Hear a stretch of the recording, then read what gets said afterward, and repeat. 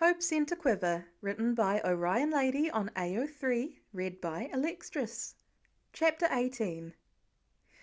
And then the space agent flipped on his thrusters and flew all the way over the moon. Again! Again! Clint only had a heartbeat to panic at Pete's empty bed 2 nights later before a brrr sound and the squeals filled the hallway.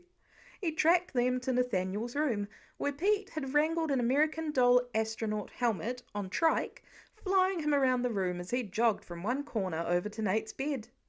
Nate, under the covers, clapped his hands. Again! Trike's gonna get dizzy at this rate, said Clint. Pete certainly swayed a bit. Nate looked over at the door. No, Dad, this is Mr. Cosmo, the space agent. Trike's in disguise tonight. Oh, of course. My bad. An excellent disguise. And Pete got him way up on the ceiling. Pete flushed a rather rare shade of French onion purple. Clint snickered, shaking his head at the child's imagination. Walked Mr. Cosmo all the way around the light fixture, did he? Exactly. Pete began to look like he'd rather the floor swallow him in one gulp than be the centre of this conversation any longer. He brrred Trike over to Nate's arms. No, Petey. Nate pushed the toy back at Pete. He's your friend forever, remember? You can keep him, especially now that you're staying in our house. Pete glanced over at Clint for help. Clint entered and checked that Nate had brushed his teeth and a full glass of water sat on his bedside table. That's very thoughtful of you, Nate, man. Pete tells me good bedtime stories, huh? The best! No offence, Dad. None taken. Pete popped the space helmet bubble off Trike's head and placed it in the bucket of toys beside the boy's bed. Good night, Nate. Night, Pete. Can you tell me a space story again tomorrow? Sure. Pete tucked Trike under his arm, if that's what you want. Good night kisses and last stories from the day out of the way. Clint switched off Nate's light and walked Pete back to his room. Thanks for being so gracious with him. He's got a lot of energy. Pete was still flushed, even his ears. It's no trouble or anything. I like little kids. They're fun, and Nate doesn't make everything here feel so... Scary? I was going to say intimidating, but yeah. You don't have to be neat all the time, you know, if that's any consolation. Clint gestured to the pristine bed and the pristine new toothbrush in its holder, and Pete's clothes folded into pristine stacks on the dresser. At least they weren't in the backpack. And I can buy anything you want. Posters, books, whatever would make it feel less like someone else's. Spartan. Thanks, Clint. Pete shook his head with an indulgent smile. You're already doing plenty. More than I need. Agree to disagree on that point, but I figured a room warming present couldn't hurt. Clint pointed to a roll of fabric by the pillow. Probably too cheesy, I know. Pete went into his room first and flipped the roll around, untying a string around the fabric. Out tumbled a pair of dark blue sweatpants, dotted with mini stormtrooper heads and lightsabers. Star Wars? I'm told I'm not a subtle person. Pete laughed, really laughed. He cuddled the pants to his chest along with Trike. Thank you. The drawstring is helpful so I can adjust sizes. My thought also. Clint accepted the boy's quick hug. Thanks for staying, Pete. Pete's wistful eyes were in the present when he pulled back, no 1,000-yard stare. Thanks for asking me to. Clint washed up in record time after he said goodnight to Pete, locking the front door once again along with the perimeter check. He'd never been so happy to set the security alarm. Still there? Asked Laura, the same question every night. Still there. Best 2 words in the English language. Clint rolled onto his back beside her and couldn't help grinning. 3rd night in a row and he hadn't pulled a runner, already falling asleep when I tucked him in. He liked the sweatpants. Loved him. We're really outnumbered now, Lo. 2 to a parent. Family of 6. She splayed a hand on his chest. Not technically, not according to the government and people who oversee this sort of thing. Let alone how Pete might feel, or change his mind as time goes on. To him, this might be temporary. Don't get ahead of yourself, Clint. Too late. Kind of figured when I saw you crying over his unpacked clothes earlier. Pete had agreed to give this a shot, and Clint had never been this elated. Sue him. You okay if I try to make it official? Laura kissed Clint on the lips, heavy and warm. Hypocritical of me, but I called CPS yesterday, and they sent me all the foster parent application documentation. I have half of it filled out already. Clint broke the passionate kiss for his turn to laugh, loud and long enough that Laura swatted his chest until she too broke down into giggles. They lost it like schoolchildren at an assembly, trying to be quiet and failing and making little snorting sounds that left Clint feeling like a newlywed again. Don't get your hopes up, Laura reminded him, once they'd calmed. We still have to talk to the kids. Clint nodded, wiping his eyes. They should be involved. Yeah, and this is a unanimous vote situation, Clint. They all have to be on board, or this is a no-go. A sure fact, but Clint didn't let it trouble him tonight. He and Laura made out for a while, the stars brighter here with less light pollution. They painted faint rainbow tints across Laura's skin. Clint used to think of the stars cold, white and colourless. He'd never been more wrong. Going to space made him appreciate the beauty and effervescence of the cosmos, even if it had been under deplorable circumstances, and he was too stressed to stop and enjoy it. Space. Stars. Halo? She'd almost dozed off on his shoulder. Clint opened his mouth and let the question slip out, the feeling he couldn't ask Maria about last week. The one that had spun on a single-track record in his brain for over a month. When you first saw Pete by his hammock, did he feel familiar to you? Like you'd met him before? Laura kept her eyes closed. Not really. You said he reminds you of Tony, like a lot of things around the house. You're probably just thinking of that association. Yeah. Colours shimmered at the edges of that mental fuzzy spot, and Clint's gut shrank back from how strong its tether had become. That's probably all it is. Dad! Lila yanked Pete along by his shirt front up the basement stairs. Dad, you have to talk to Pete. Oh no.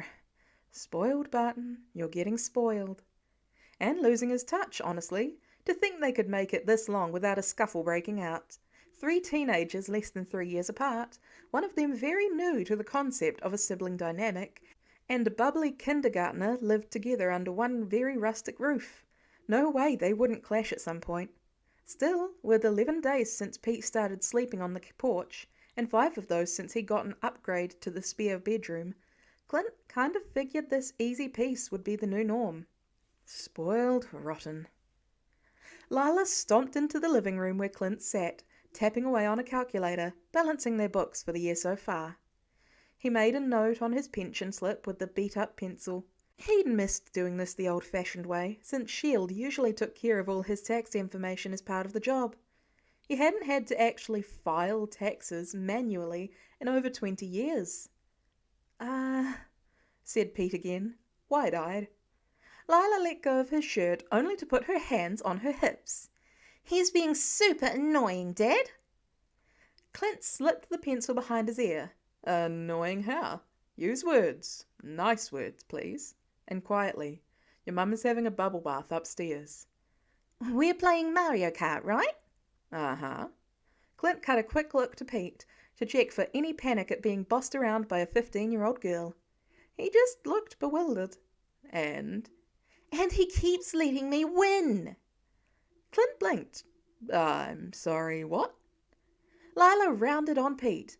I know you've played before. I can see it in the fancy button combo presses you do, but you won't play me fair. Clint's lips wobbled. You don't have to let me win just 'cause you're a guest here or whatever. Dad, why are you laughing at me? No, said Clint, laughing. I'm serious, Lila warned Pete. It was probably intended for Clint also, but he was too far gone on the held back cackles. I hate it when people let me win things. I'm used to older brothers and Cooper sitting on me when he wants to win at something. So just be normal. Clint put a hand over his mouth when she whirled on him in frustration. Pete stared at Lila like she'd just declared that the moon was square. Clint got himself under control and wished dearly he had a camera handy to preserve this charmed insanity. His dead phone lay charging on the counter. Pity. Pete, I think I can clear up both sides of this. Lila's the most competitive kid you'll ever meet when it comes to games. And life in general sometimes. She feels you're insulting her intellect or skill if you don't play fair. Pete's knit brow smoothed. Oh. And Lila. Clint turned to her. Pete's not used to people sticking around, and doesn't want to rock the boat with us. Lila's bristling unwound. She looked at Pete with Laura's earnest dark eyes. You really think I'd stop wanting to hang out just because you beat me at something? Pete shrugged, playing it off, but his hands wrung around white knuckles. That's not how friendship works. Pete'll remember that in time, said Clint. We're all learning here.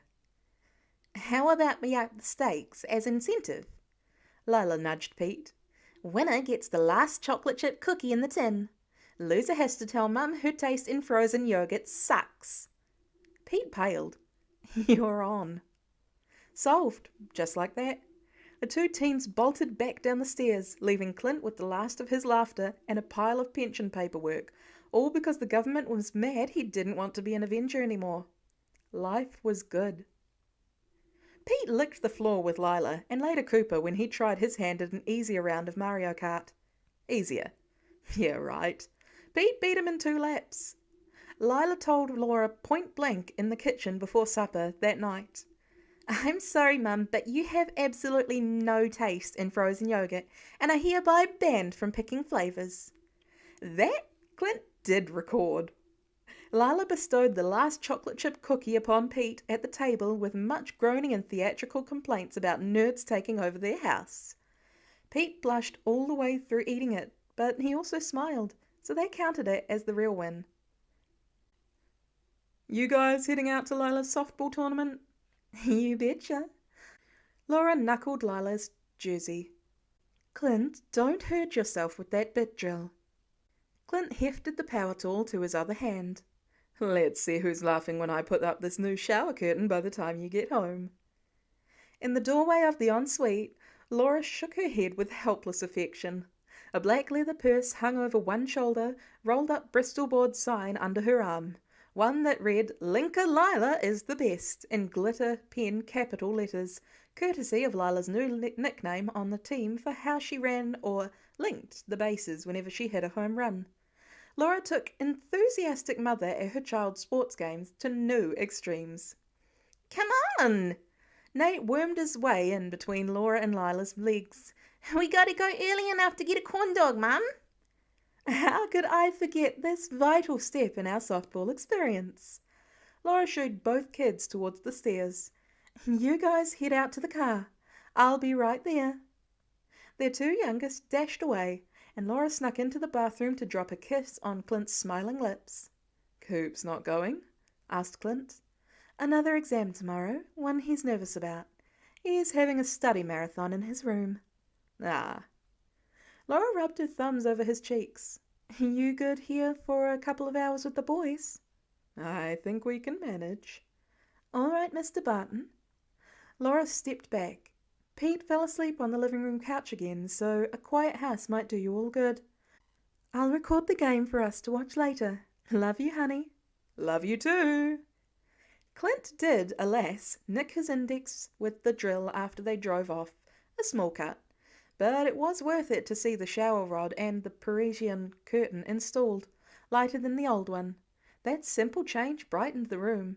He did the mental math while washing up. How long this bathroom reno would have taken if he'd been away fighting aliens and terrorists. Too long. Any task that took him away from his family for more than a day was too long now. All the more reason to turn down the world's governments and their perpetual offers of recon work. Other than the carpentry he did for New Asgard's rebuilding project back in October, an exception to the rule at Queen Valkyrie and Thor's request, he didn't travel so far from home anymore. Not ever again if he could help it. Clint changed out of the sweaty clothes and into fresh jeans, opting for a crew shirt with a chibi version of Legolas drawing his bow on the front, a birthday gift from Lila last year. It was just long enough in the shoulders to cover his darker tattoos. "Hey, Coop, you up for some study help with your—" A quick check down the hall on bare feet halted abruptly when Clint caught sight of Cooper's empty room. "Cooper?" The next stop was Pete's room, also barren of teenage boy. Clint hopped down the steps on light, well-trained feet. "Don't have to, you know. You could choose anything." Clint paused at the landing. "I guess." A sigh. "It took a lot of courage just to tell my parents about this, and my reason for wanting it hasn't changed." Following the disembodied voices, Clint padded down the steps in disjointed combination, skipping the squeaky spots and isolating his hips to remain soundless. The clatter of a utensil on ceramic. "Why a cop?" "Because—" Cooper trailed off for longer than Clint expected. Funny, since Laura and Clint had been trying to get a detailed answer out of Cooper on this for months. It heightened the buzzing curiosity. "I want to help people.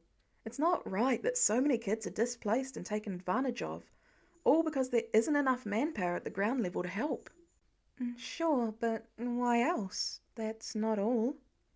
Cooper spluttered. "Yeah, it is."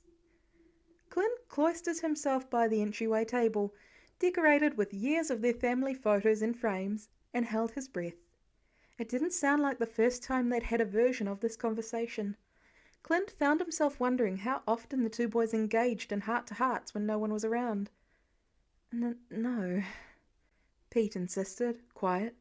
"If it was, you could have picked any career that helped people." "Right on the money, Pete."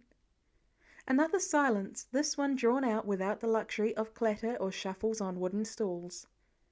"You know my dad is Hawkeye, right?" Pete didn't verbally reply, but he must have made some gesture. "Cool, okay, so you know he places himself between danger and helpless people to protect them." A displeased hum. "He did the most he could with what he had in his hands. How can I go about my life any different?" A lull ensued, this one for what sounded like scrunching, more clatters, and the tap of an eraser stub on paper. My uncle was a cop." Clint about toppled over. He pancaked his palm on the tabletop to keep himself motionless, jaw muscles lax. Pete had a family once, an aunt and an uncle who, it sounds like, cared for him. Cooper didn't interrupt or gush about the offered tidbit of personal information in that zen, wise old man way he possessed. Clint had no idea which parent he'd gotten that from, since neither he nor Laura were particularly meditative. And it was really hard, even though he took pride in his job. Pete's clothes rustled. He loved being that safety net for humanity, and seeing their lives bettered in cases where he could.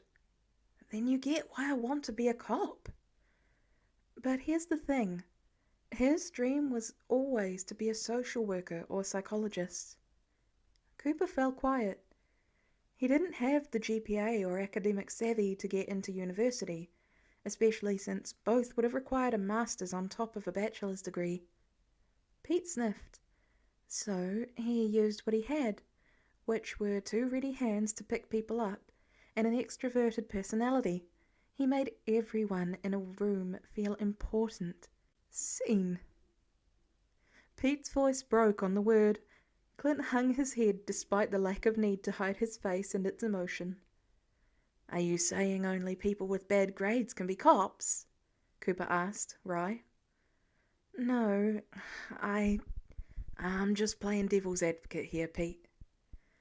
I mean that you shouldn't squander whatever's been placed in your hand, your strengths. You're a straight A student with a better understanding of calculus and sequential math than most people. Use that to help people. Just because a bow was placed in Clint's hands, that's not what's in yours. You don't have to shoot bullets or arrows to protect people. Clint tipped his head one way and nodded. An unfair generalization, but close enough. A few fast squeaks of the bar stool, Cooper's sporadic swinging leg that only appeared before a big test. I've always been interested in how computers work and on an everyday level. Great, so pursue that and harness it. Lots of crime-fighting agencies need computer scientists or digital forensics to help find missing peoples, catch killers, all that jazz. I never thought about it that way. Cooper hummed again. What about you? The utensil scraped to a harsh stop. What about me? What would you pursue in life if you could choose anything? Shame swelled through Clint that he'd never thought to ask Pete this question. Even homeless kids had dreams. Then again, for a boy who preferred to be dead over his current circumstances, envisioning beyond the everyday survival needs would have been Sisyphean. Impossible in a rote sense. Quiet blanketed the kitchen for a while. Cooper didn't push, just maintained that sewing leg and scratches of pencil across the notebook page. I really like science, Pete murmured. Cooper chuckled. Yeah, no kidding. I wouldn't be passing this exam without you. Anything specific? Chemistry, mostly. Clint had to strain to hear Pete now, timid and breathless as the tone sounded from one room away. And engineering. More rustling of Pete's clothing, probably a hand in his shirt. Nothing beats building something that functions even when you let go. So that's what you'd do with your life? Be an engineer? A thump of hair on wooden cupboards. Maybe. It's not possible now anyway, since I never finished high school. Oh, okay. Cooper's sewing leg stopped. Well, you're sure helping me. Clint looked up at the ceiling until his eyes ceased their sting. He jimmied himself into motion and tried to look like he hadn't just been eavesdropping on two 17-year-olds about life-altering choices. What's up, studious weirdos? Clint shuffled in from the hallway and made sure his feet dragged, noisy. He almost stopped a second time at seeing Cooper on the stool and Pete in Natasha's usual spot, cross-legged on the counter. A cereal bowl was perched between his legs. Having a science party? Huh, party, yeah. Cooper closed his physics textbook. That's one way to put it. The formulas are a lot clearer thanks to Pete, though. Clint grinned, gentle, at Pete, who'd gone deer in a headlight at Clint's sudden presence. He froze, fingers white around the bowl and spoon. That's great, bud. Cooper's vigilant about getting high marks in school. It's important to be ready for the future. Clint flicked Cooper's nose and tugged him in for a side hug when he stood up. Your mum and I never made a big deal about grades or academics during your upbringing. This is all you nerd. Cooper retaliated to complete the usual ritual. Says the man who owns a medieval weapons catalogue. Not you two. Isla keeps ragging on me about it. Cooper cackled with that tiny snort he sometimes did through his nose. In Clint's peripheral vision, the spoon began to tremble. It ticked against the bowl, and Pete's face had gone fresh snow levels of white. Coop, would you mind grabbing that bag of chicken feed in the barn for me? Nate forgot to fill up the feeder this morning. Sure thing. Cooper stuffed the textbook into his backpack in the entryway and shoved on his shoes. Thanks, Pete, for the help and advice. No problem. Pete waved with his free hand. It shook too. Cooper didn't notice, thankfully, and Clint waited for the porch door to slam before he swiveled his full attention onto the boy. His voice softened. Hey, bub. You're a quick mind, and Cooper enjoys having someone in the house who can keep up with him. A real friend with how lonely he's been in school. I appreciate it a lot, since I can't help with this stuff. Pete eyed Clint from not quite directly head-on, whites of his eyes to Clint, breaths uneven through his nose. Clint stepped towards Pete and the kids stiffened. Clint halted himself. "Pete, sorry if you caught me listening in. I just wanted to hear more about this uncle of yours." But Pete didn't react to those words at all, his eyes, the askance angle of them, fixed on Clint's hands. "I'm sorry," the boy blurted. Clint closed the distance another inch. "Whatever for? You haven't done anything wrong." Pete looked from the adjacent cupboard back to Clint, fast as his eyes could move. "It's only 3 o'clock." "Yeah, it is." Clint narrowed his eyes. "Not family mealtime." Pete thrust the bowl in Clint's face. "I took cereal without asking." Clint pursed his lips. "That's what had the kid wound like a yo-yo?" "Good. If you're hungry, you should eat. Nesquik is an excellent choice, though Laura hates when I buy it. Too sugary, she says, as if she has any leg to stand on with her secret ice cream bar stash." The shaking slowed. "You're not mad?" Clint's Adam's apple bobbed and his hands flexed with the need to strangle someone, preferably whoever had made Pete this scared of his right to basic necessities. Clint could do it too. He'd learned how to strangle someone slow enough that they could feel the life leaving them and look his fury straight in the eye. In a flip on the violent thoughts, Clint used his hands to remove the bowl from Pete's and set it in the sink. "Son." Clint made it to the counter, palms infinitely light and tender on either side of Pete's face. "You aren't just allowed the food we hand you at mealtimes. Hunger is no joke, and you are free to take whatever you need from our kitchen. I'll never be angry when you take care of yourself." Pete ducked his head and Clint followed him the whole way, knees bent to hold Pete's watery eyes. "Sorry I freaked out." "It's okay. That reaction just now seemed like instinct anyway, an association." Clint waffled on how to say his next words, decided to go for broke. "You know I'd never hurt you, right?" A hard nod. "Good. Because even if you trashed this kitchen and glared at me dead in the eye while doing so, I wouldn't lay a violent hand on you. I'd lecture you within an inch of your life, but I'll never strike you." Pete blinked fast. "I know. I trust you." Clint smiled, a warm, goopy feeling behind his spine. The boy wiped his nose, still colourless. Clint noted he'd hidden his hands in the sweater sleeves. Shakiness, pale skin, fast blinking. The tether wrung Clint's heart until it gushed up towards his eyes. He swallowed it back. "Pete, Bubba, are you still hungry?" Pete looked away. "Low blood sugar episode? You're coming back from that, and you hid it from Cooper this whole time." A beat of hesitation. Then Pete allowed himself the tensiest of nods. He grabbed onto Clint's wrist with one hand after he did it, a desperate motion, purely for balance. Reality kicked out all of Clint's teeth at round 3 of the drunken blinks. They gunned for a fourth when Pete listed just a few inches to the right, towards Clint. A few inches too many. That Nesquik isn't making a dent. Clint shifted one of his hands to Pete's shoulder to brace him.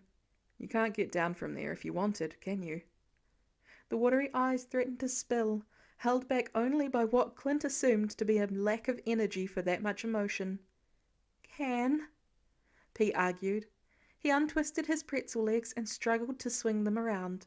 Hey. Clint barred his way at the maladroit fingers trying to find purchase on the counter. Pete glanced up from his intense concentration on the distance to the floor. "I'm sure you can. I'm saying you're dizzy and you've got nothing to prove right now.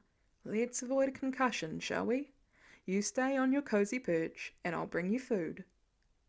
Pete fisted a hand in Legolas's face for stability.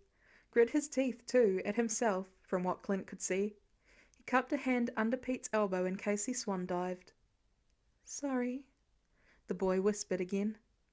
Clint gathered him up in a fierce, firm arms. "You have nothing to apologize for, especially not for being hungry. You're not a burden or a moocher or whatever else is cooking in that brain of yours. It's a privilege to care for you and my kids, to make you food. Do you get that? Pete tremoured and stilled in rapid succession. Kids are a gift. They should be treated as such. They're frustrating and beautiful and expressive in equal measures. Clint felt 2 twiggy legs wind around his waist. And that includes you, whether you like it or not. Thanks, Clint. Barely a breath against his neck. Always. Clint whispered back, that drowning feeling in a splash over his head again, the need to atone for something he didn't understand. A blank file folder. It intensified when Pete sighed against him, his ribs so thin Clint could almost wrap one arm around them in a full ring. Clint checked his own balance and then backed away from the counter, completely unfazed by Pete's mass compared to the numerous people Clint had carried off the battlefield in his day. Pete clung to him, light despite the lanky limbs. His pathetic body weight triggered something in Clint's muscle memory, as if his biceps had supported this frame before, had cradled the back of a messy head on his shoulder. The tether immediately released, if only for this one sacred bubble of time. Carrying Pete around the kitchen in a way that shouldn't be possible, and soothing the last of the shakes with low, calming rumbles, brought his soul's head up for air. It felt oddly normal. Clint bobbed his knees and turned to the other side of the kitchen. It's all right, little man. We're all right. Feeling kinda sick. A full stomach will help with that. He shifted Pete slightly to the side so he could rummage through the fridge and pack of cheddar slices. Are we in the mood for grilled cheese? Pete laughed into Clint's shoulder, hoarse for reasons beyond his comprehension. You make the best grilled cheese. It's always gooey, but still a bit crunchy. Perfect. Clint warmed a pan on the corner burner of the stove and hoisted Pete over to a bar stool. He carefully sat Pete down, arms sliding away. Park yourself, Petey. Clint held on to Pete until he didn't have to grip Clint's shoulder for dear life. A few more rounds of blinking later, and Pete nodded. I'll be okay sitting by myself, Clint. You sure? Positive. It'll only take a few minutes to make the grilled cheese, but holler or tap on the counter if you're in distress before then. Pete patted Clint's arm right over Laura's tattoo. I will, worrywart. You're the reason for all my grey hairs, just remember that. There had to be a record for fastest grilled cheese gobbled down, and Pete had to be the current holder of that title. He wolfed the sandwich, still looking peaky, so Clint made him another one. He tossed some carrot sticks onto the plate, just so Laura couldn't say he was an unhealthy role model in his nutrition choices. Pete ate the second sandwich slower, but only after Clint warned him to. It stung to think Pete had experienced episodes like this while in his woods hammock, and Clint hadn't been there for them. He was honestly a bit impressed by how much food Pete could pack away. They talked about Cooper's classes and renovation to-do lists until Laura came home, Nate and a victorious Lala in tow, dirt all down her sides from an epic slide back to home base. The other team didn't stand a chance. Lila pumped both fists in the air. We schooled them 4-1. Pete high-fived her with a beaming smile, and all was right with the world. Only later in bed that night, eyes heavy and fixed on the mobile above, did Clint stop to wonder, how did Pete have an opinion on his grilled cheese if he'd never eaten it before?